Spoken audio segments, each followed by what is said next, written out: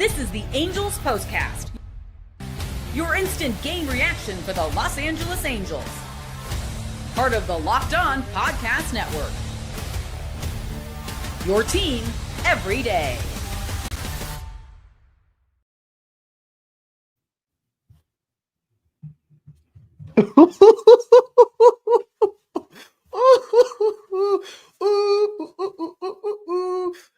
Oh, baby. Oh, baby. Come on. Woo.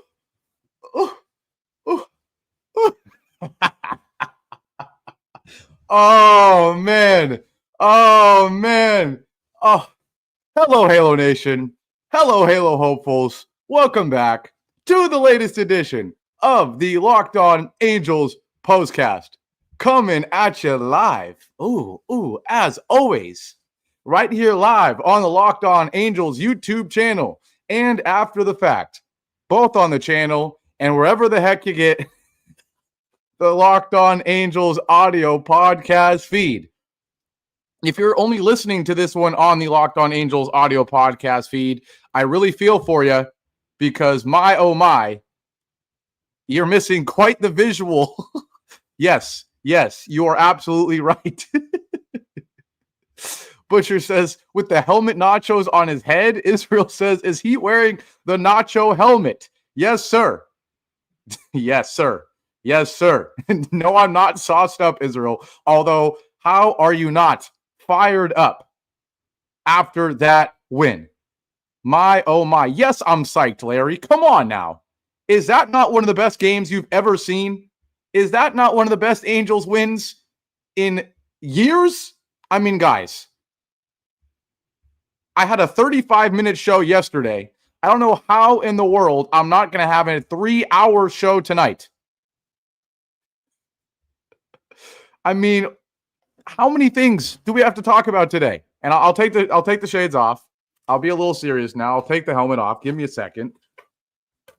Ugh. All right, we'll lock in and host an actual show now. Oh, what in the world did we just watch? You guys are going to have me dying in the comments. I mean, what an unbelievable game. What an unbelievable game. Hello, everybody. I think I did the intro. I don't even know. Moral of the story is Angels 7, Dodgers 6, walk-off win. Joe Adell walks it off in the bottom of the 10th after our hearts were broken in the top of the 9th, after we saw something in both the bottom of the 9th and the bottom of the 10th, which I thought we would never see in the same game, where I'm not mentioning something that we actually saw that we thought we would never see, a triple play. Oh, by the way, there was home runs everywhere. Oh, by the way, we're 5-0 against the Dodgers in 2025. Oh, by the way, it should have been ball 4. You guys got me dying. It should have been ball 4 to win the game in the bottom of the 9th. There are way too many things to talk about in this game. I'm sweating. I can't believe what I just saw, but it doesn't matter what the heck I just saw. It doesn't matter what the heck any of you just saw. The moral of the story is our Angels are 5-0 against the Dodgers in 2025. And tomorrow, with that guy, Shohei Ohtani, on the mound, we have a chance to sweep the Dodgers for the second time. Oh, my word. You guys got me dying laughing. Shout out to everybody in here. Huge crowd in the postcast live tonight, as expected, because, again, one of the wins of the year. One of the wins of the year. And there's a million different ways we could start this one. But here's where I'm going to start it. This is what you'll be talking about. I have to talk about the turn of events, and I guess I should do it. I'm going to do it now because I know how much you guys love it. Time to reveal where the game was won or lost. It's the turning point. Somehow a triple play, somehow Taylor Ward becoming second in the American League in RBIs, somehow Victor Madero starting against the Dodgers, somehow everything we saw in the first 8 innings of this game, that's going to have to be brought up in the second, third, fourth, gajillionth segment, because The 9th and 10th innings of this baseball game were enough to make up for 2 months of boring baseball. These last 2 innings were absolutely absurd. Absurd. And we have to start in the top of the 9th and waste no time, as Ohtani wasted no time, because are you kidding me? And yes, Gilbert, you are exactly right. I'm just going to leave this up here while I talk about this. You already know what the national media would have looked like, what Dodgers media would have looked like, what Dodgers fans would have been saying and acting like. If this swing, which in case you somehow don't know what the heck I'm talking about, Shohei Ohtani takes a 1-0 cutter right down the middle off of Kenley Jansen in the top of the 9th inning, and he hits it hard, he hits it deep, and he hits it out in right field. His 43rd homer of the season, 115 off the bat, 404 feet, and the Dodgers call was very fitting.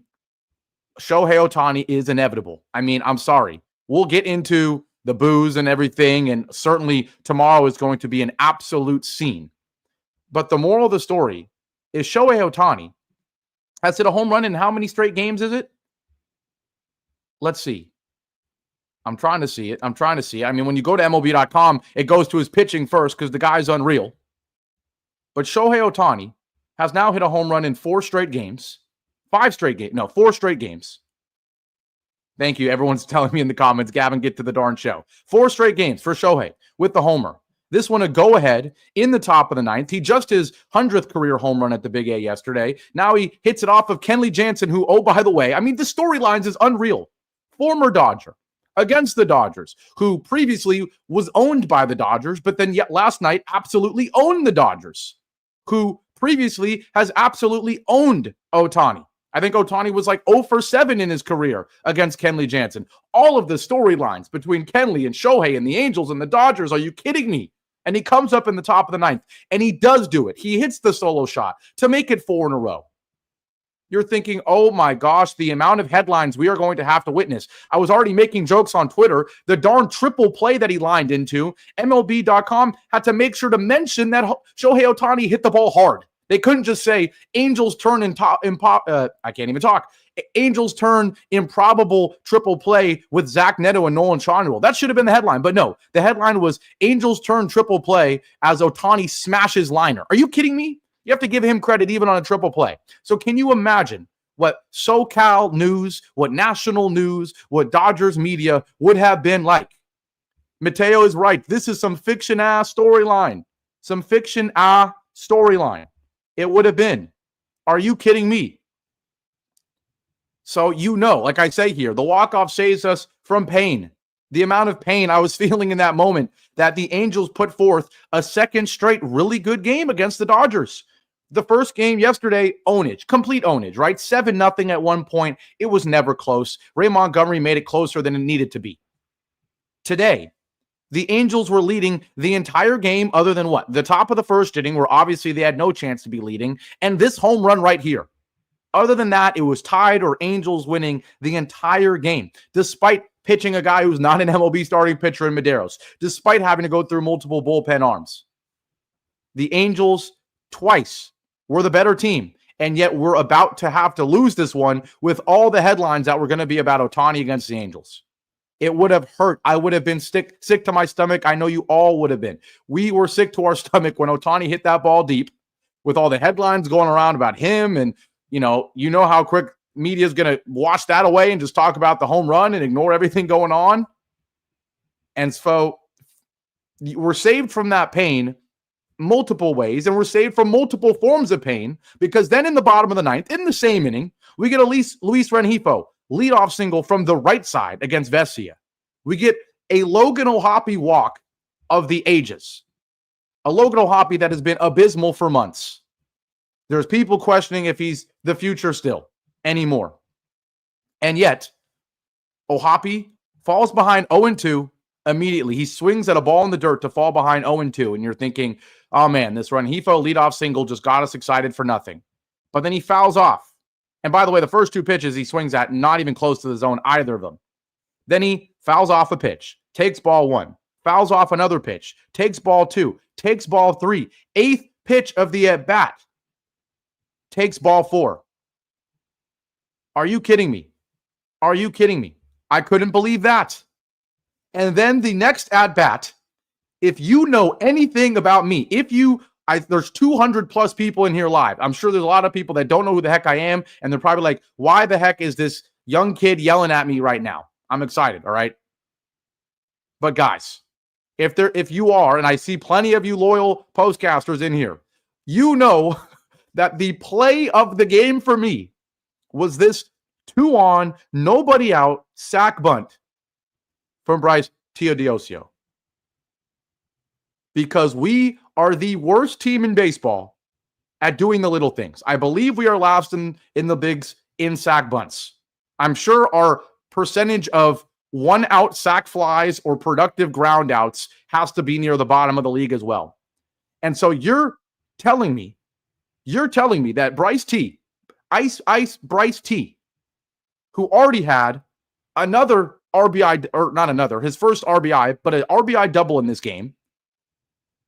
Last night he had the hustle double that I couldn't believe. I was going to cry tears of joy. Hustle doubles from the Angels. His best skill is his fielding. And then he does this. He drops down a perfect sack bunt to advance Rengifo, to advance Ohtani. Oh, like I tweeted, you're instantly one of the favorite players on my roster. Come on now. On my roster. On the roster. Come on now. Beautiful. Then Peraza pinch hits for Ohtani. You've got second and third. The Dodgers instantly walk Zach Neto because he is a bad man. And with the bases juiced, we do the other unthinkable thing. We actually get the sac fly. And sure, of course, would I have loved for it to be a 2 RBI base hit from Nolan Schanuel to win the game right there? Your roster, calm down. Right? Would I have taken a 2 RBI single from Schanuel? Of course. But at the same time, you know how excited I am that in the same inning where we get a perfect sac bunt, we also get a sac fly. 2 productive at-bats from the Angels in the same inning. I could not believe it. And it's not like Schanuel hit it shallow, 350 feet. Then we get a Mike Trout walk because, I mean, this is the only predictable thing of the whole ball game is that Mike Trout gets on via the walk. It's just what he does in big 2025. And then Ben Kasparius comes in, and this is the other reason that what happened in the 10th saved us from a lot of pain, because we already talked about all the pain that would have been felt if we lost that game. Vinny, I'm going to get there. Vinny. You know I'm going to get there. The amount of pain I would have felt, you would have felt, all of us would have felt if we lost after the Ohtani homer was already enough. But the amount of pain we would have felt after both the Ohtani homer and then what happened in this Taylor Ward at bat, where Taylor Ward, who got a solo shot, you love him, RBI, wazoo, out the wazoo, he's him, I get it. He also swung at ball 4 against Blake Treinen earlier in this game, a couple innings prior, when Treinen couldn't throw a strike, and that was infuriating. Then he gets ahead 3-0 here, and then not his fault at all. Ben Kasparius throws ball 4. The game is over. Yes, Andres, that was a walk-off walk for Ward. It should have been. ABS now, says Randy. It was ball 4. And I get it. Oh, it's close. It's not a brutal call. It's right near the corner. I'm sure Will Smith framed it enough. It's close, yada, yada, yada. But guess what? The same way you can say it's an unwritten rule that, you know, if there's 3 balls and you throw one near the corner, it should be a strike or something, especially when ball 4. I mean, it was the safe call, right? Because if the ump calls ball 4 there on a pitch that's actually in the zone, you know how much he's going to get ripped to shreds, especially costing the Dodgers of all teams a win, right? But there's also another unwritten rule the other way, which is if a pitcher can't locate, you don't give him the benefit of the doubt. And this guy walks in out of the bullpen and immediately throws 3 balls nowhere near the zone. He's wild. He just came in the game and he has not thrown a strike through his first 3 pitches. So the same way you go, oh man, he deserves the benefit of the doubt. Ball 4 to lose the game. You can't make that call if it's that close. No. At the same time, the guy couldn't throw a strike. You're not supposed to benefit a guy who can't throw a strike. So I was infuriated. Should have been ball 4. It makes it worse because then Taylor Ward looks at strike 2 right there, and then he swings at strike 3 on a pitch right on the outside corner. It's a great pitch, right? It's a great pitch. But the moral of the story is when you combine the Ohtani homer and all the pain that would have brought with this, for us to lose this game in the, either in the bottom of the 9th without this whole thing or in the 10th after this Taylor Ward missed call, it would have been triple, quadruple, quintuple the pain, right? Quintuple the pain. But thank goodness it wasn't. Thank goodness it wasn't. I have to leave you on a cliffhanger here. I mean, you all watched the game, so you know what's coming, but I do have to take the break now because we're already 16 minutes in. When I come back, we will talk about the other and probably even better bunt. One of the greatest bunts in Angels history that, yes, it had me excited. We'll talk about that. We'll finally get to Joe Adell's walk-off hit, and we will talk about the unbelievable opportunity the Angels have tomorrow to sweep the Dodgers with Ohtani on the mound for the first time against our Angels, to go to 6-0 against the Dodgers. And oh, by the way, the Dodgers aren't even alone in first place in the NL West anymore. Are you kidding me? Oh, this is enough to make me believe in the Angels again, or not even have to believe in the Angels again, because there's enough joy to where I can briefly forget that we're still 4 games under 500. I don't even care because of all the amazing things that are going on right now, both for our Angels and against our arch nemesis, those darn Dodgers. We'll talk about all of that. We are America's team. I'm dying. We'll talk about all of that. We're not seeing a Blue Chew Carlson ad. You guys are hilarious. We'll get to all of that after our break here on one of the greatest editions ever of the Locked On Angels Postcast. I'll be right back.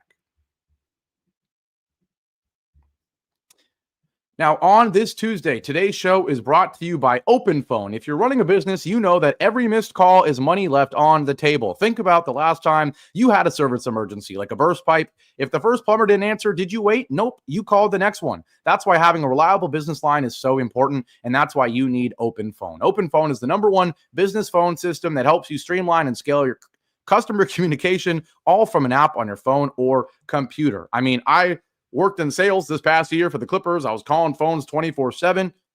Look, to have any sort of service that can make cold calling or receiving calls as a business easier, oh, it's absolutely major. Open Phone can solve any instance of you having to juggle a business phone and a personal phone, right?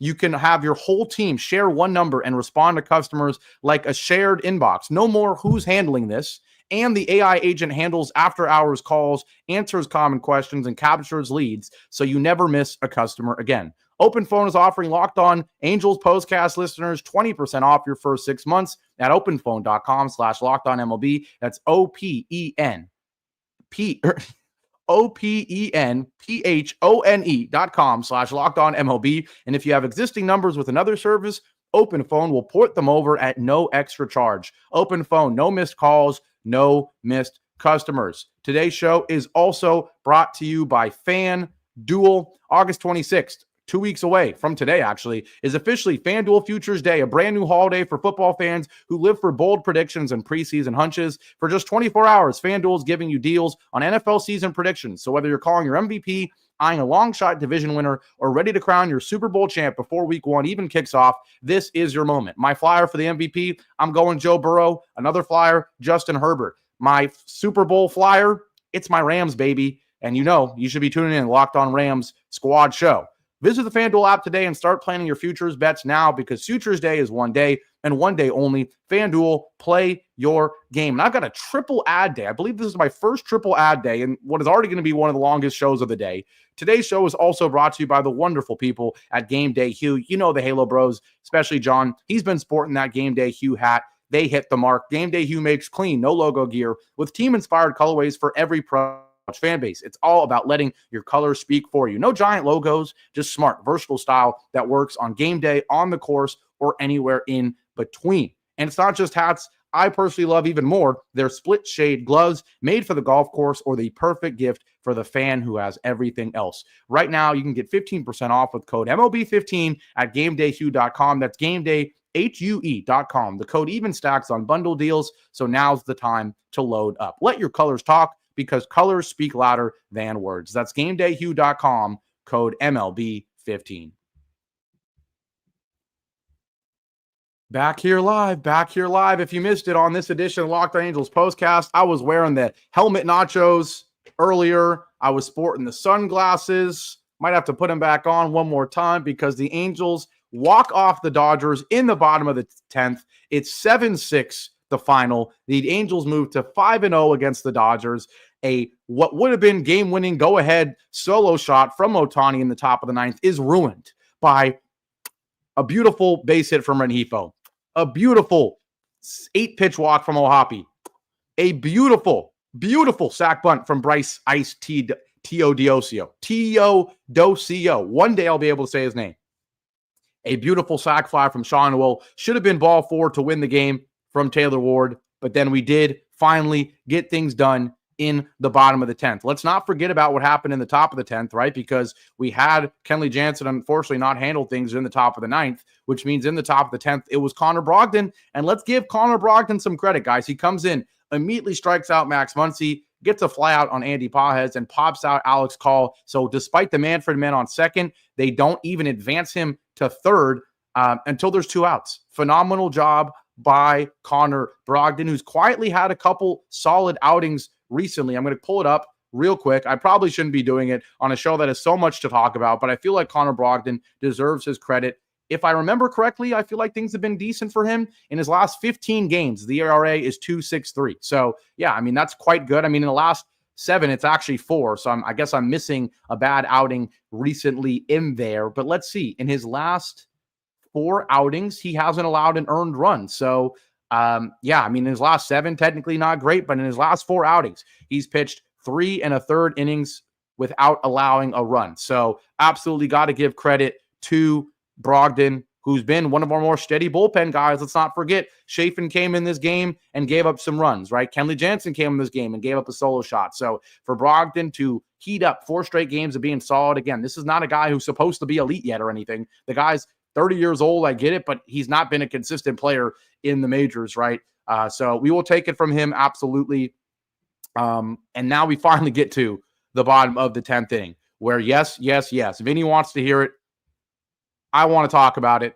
Christian Moore, who also is one of my favorite players on the Angels, because why? Him and Bryce T, they do things that other guys on the Angels don't do. They hustle out of the box. They have some speed. They have, I mean, call me crazy. I'm going to start saying Bryce T has some flair. I mean, just watching him on the bases, we know Christian Moore has some swag, the clutch ability, had a walk-off, had a couple late inning home runs. We know he does the flight celebration. Love that as well. I'm aging myself right there. But Christian Moore gets ahead 2-0, and without anybody expecting it, drops a beautiful bunt.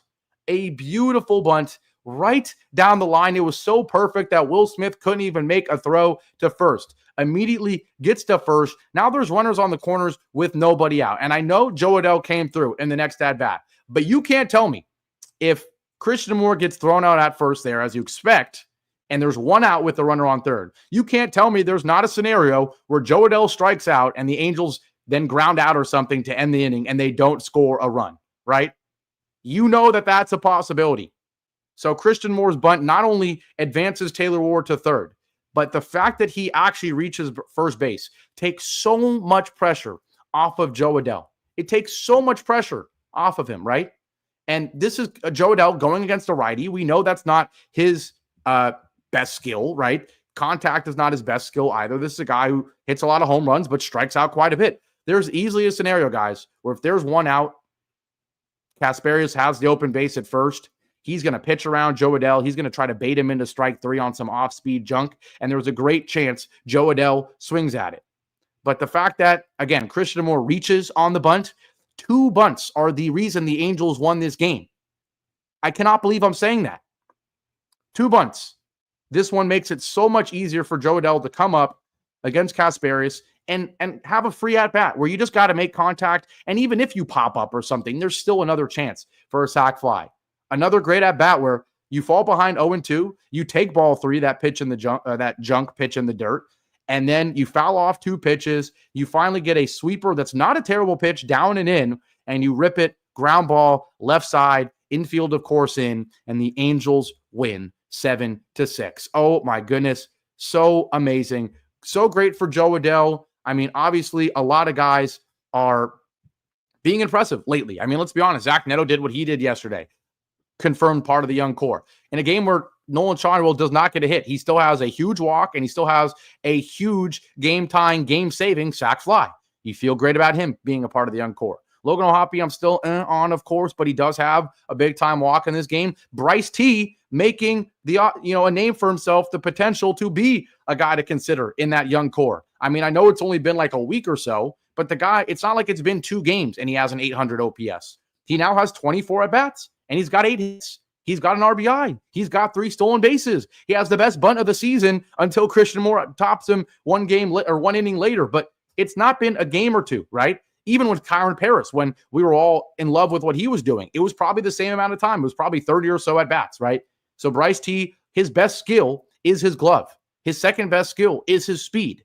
And yet the guy's hitting 333 with an 818 OPS and productive outs as well. You absolutely have to love what you're seeing from him. And then Jo Adell, right? He has the big-time hit here. He had an RBI earlier in the ball game.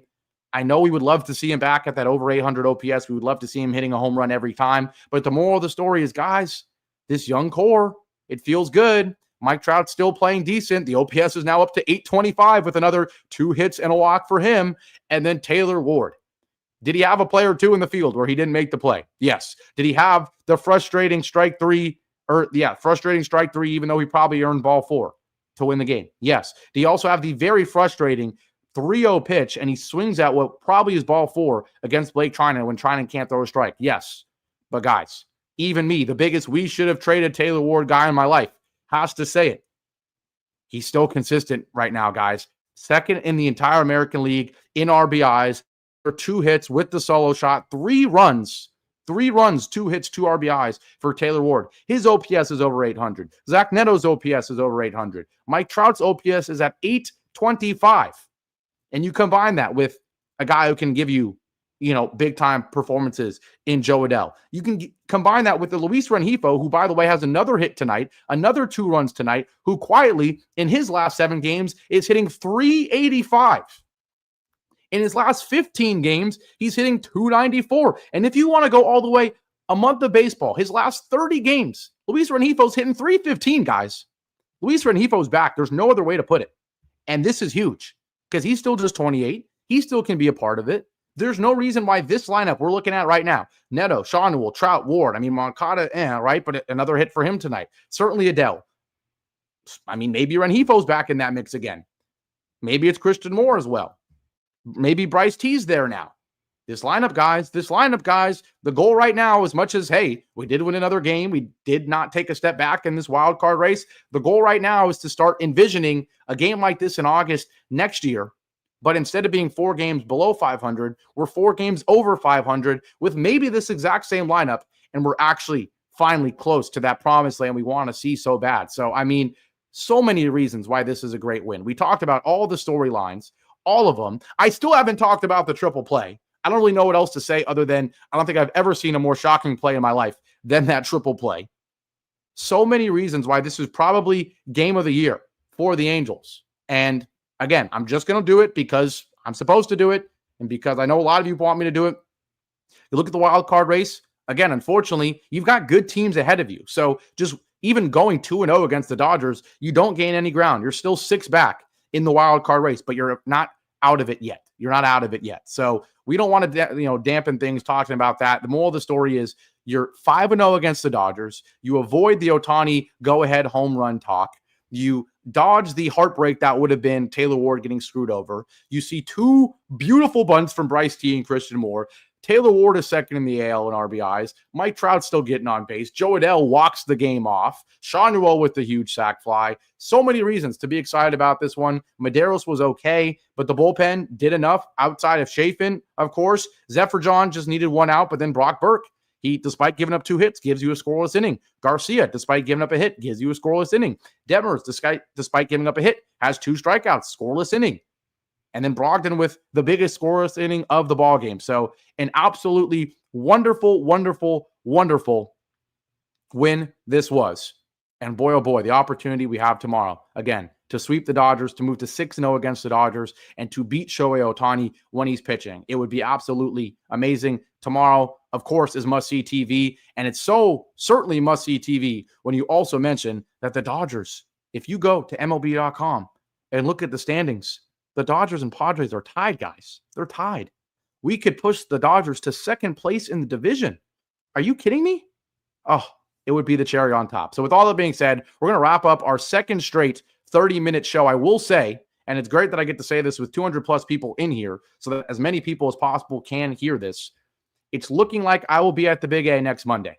I want to say 85% sure that I will be at the Big A next Monday.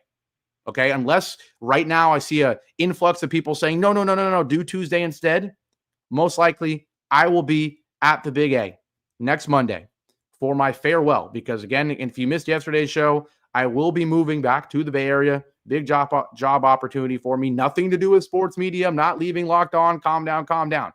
But a week from either tomorrow or a week from Thursday, one of those 2 days, I will be driving back to the Bay Area. I will be living at home, working in San Francisco. So the moral of the story is Monday becomes the last opportunity for me to meet as many of you guys as possible, right? Was fortunate enough to meet one legendary member of the Postcast yesterday, but I'm excited to meet hopefully more members of this Postcast crew next Monday. So Butcher's asking what section. I haven't decided yet, I'll be honest. I wanted to make sure there's an opportunity maybe for us to all sit in the same section, or if you guys just want to get your own seats and we meet up, that's another possibility as well, right? So we'll figure it out.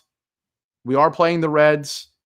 If we lose this week, do we get to blame Gavin moving? Hilarious. Locked On Stanford, hilarious.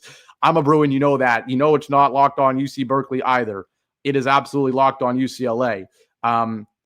People are saying I should do the post-game show under the Big A. I mean, I don't know how the tech would work for that. I did it in my car on the way home. So we'll see. But the moral of the story is, if you can make it to the Big A, Anthony says he's an Angel fan in NorCal. Come through. Amazing. Love to hear that. But yes, moral of the story. Oh, thank you, MCAT. He says Gavin is an Angels fan icon forever. I will absolutely appreciate that. You guys are absolute legends. It looks like a lot of things to pack up. Can I take the Pulisic jersey off your hands? No. I know it's hard to tell. I really wish I could get the lighting right. You see, you probably can tell I have a light here shining on this jersey, so you can clearly tell that this Brazil jersey is signed by the whole national team.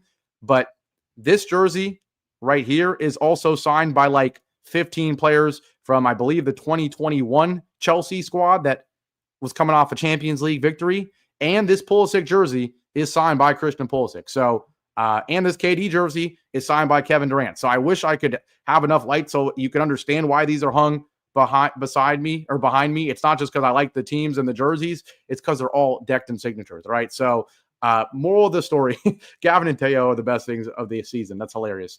When you get back to the Bay Area, tell Joe Lacob to buy the Angels. You guys are hilarious. But yes, long story short, meet and greet on Monday for anyone who can make it, okay? Anyone who can make it, would love to meet you guys. It's likely Monday. Don't buy your tickets yet. I'm hoping by tomorrow, I will officially have bought tickets. I can tell you what section they're going to be in. If you want to buy them in the same section, or at the very least, confirm that we're going Monday. But to anybody who can make it, I see a lot of people saying that they don't live in SoCal. No worries at all. You guys are still all my favorite. But to anyone that can make it, I would love to meet you all. So with all that being said, we're going to finally wrap this up. 2 straight 35-minute shows for a show that's supposed to be 18 minutes. You can't say I don't love you. Sorry, bosses. I'll be short. I don't know if I can be short tomorrow if we sweep the Dodgers and beat Ohtani. But with all that being said, we're going to wrap it up. Love you guys so much. Light that baby up. We own the Dodgers. We own SoCal. And I'll see you guys back here tomorrow. Light that baby.